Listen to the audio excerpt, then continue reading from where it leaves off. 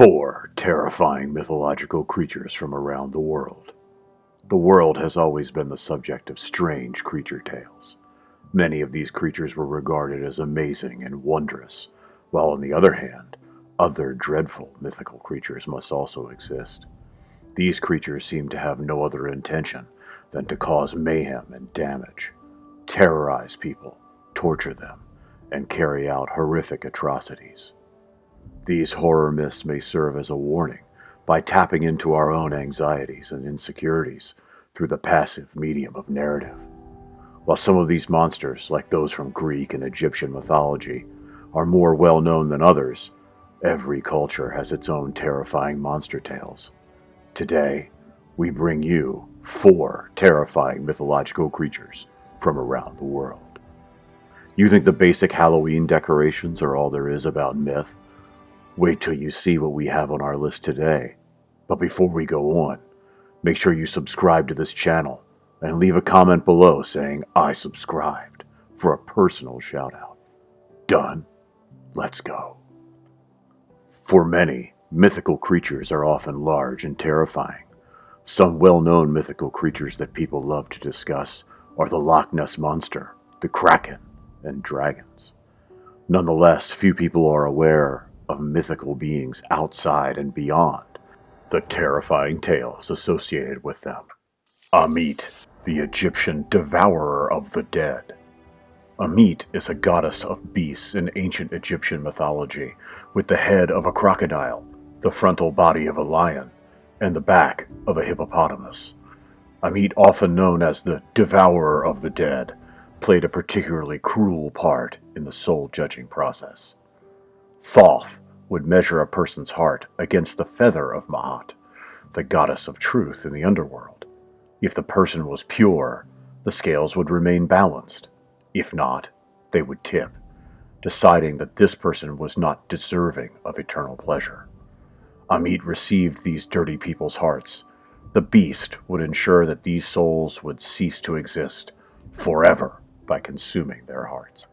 Even though Ammit is occasionally categorized as one of the ancient Egyptian gods, her proper designation is that of a demon or a malevolent goddess of the underworld.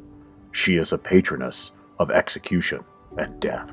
Ammit devoured the Ba, which was the physical representation of the soul that may wander, but also needed to ascend the heavenly ladder in order to maintain its immortality. The Ka, or vital energy of the soul, made up the remaining portion of the soul. They came together to create the divine spark of life. The concept of having one's Ba devoured by a monster, leaving them a remnant of a soul, frightened many Egyptians. Next on our list is Draugur. Kartbarn Harmignanamna, which roughly translates to, "We have many names for the things we love," is a saying in Swedish. This seems to be a perfect analogy for the second on our list today, the enigmatic Draugur. The Draugur is an undead creature from sagas, folktales, and sedja that goes by the names Draugen, Draugur, or Draugur in the Old Norse. The word may be related to the Swedish word drog, which according to the Svenska dialektikon implies a pale, impotent, and slow-minded person that drags himself along. Many Draugur and folktales are associated in some way with burial mounds. They are departed family members who reanimate in their graves or tombs for the main objective of guarding the valuables they were interred with. They can fight back if provoked and are a form of revenant in a physical body, as opposed to something more ethereal, like a ghost. Who, though, would ever rouse a revenant, you would wonder? However, that depends on the potential prize. In the Grettis saga, the protagonist defeats Glamour, one of the most well-known Draugur. Apparently, the story behind this was that on Christmas Eve, Glamour passes away. Glamour wasn't sleeping peacefully, and everyone noticed this. He caused such destruction that some people passed out at his sight, while others went insane. Grettir eventually manages to put Glamour on his back during a dull battle. Glamour curses Grettir just before he is killed by Grettir, explaining that Grettir was endowed with more evil force than most other spirits, which is why he was able to speak and leave Grettir with his curse after his death. Next on our list is Typhon. In Greek mythology, Typhon, also known as Typhaon or Typhus, was the youngest child of Gaia and Tartarus of the Netherworld. He was characterized as a hideous dragon-headed creature that Zeus subdued and sent into the underworld. According to other stories, he was imprisoned in the Arimi homeland of Cilicia, beneath Mount Etna, or in other volcanic places where he caused eruptions. Typhon represented volcanic forces as a human. Cerberus, the three-headed hound of hell, the multi-headed Lernaean Hydra, and the Chimera were among his offspring by his wife Echidna. Typhoons were also named after him, and later writers linked him to the Egyptian god Seth. He was also the father of dangerous winds. While there are many gods and monsters, you won't often hear of a god who is also a monster. Typhon is one of the most terrifying deities you can encounter, because that is precisely what he is. It's understandable that his name inspires such awe and horror, because he is frequently said to be the most formidable and terrifying god in Greek mythology. Typhon had a human body, but each of his legs resembled a snake in coils.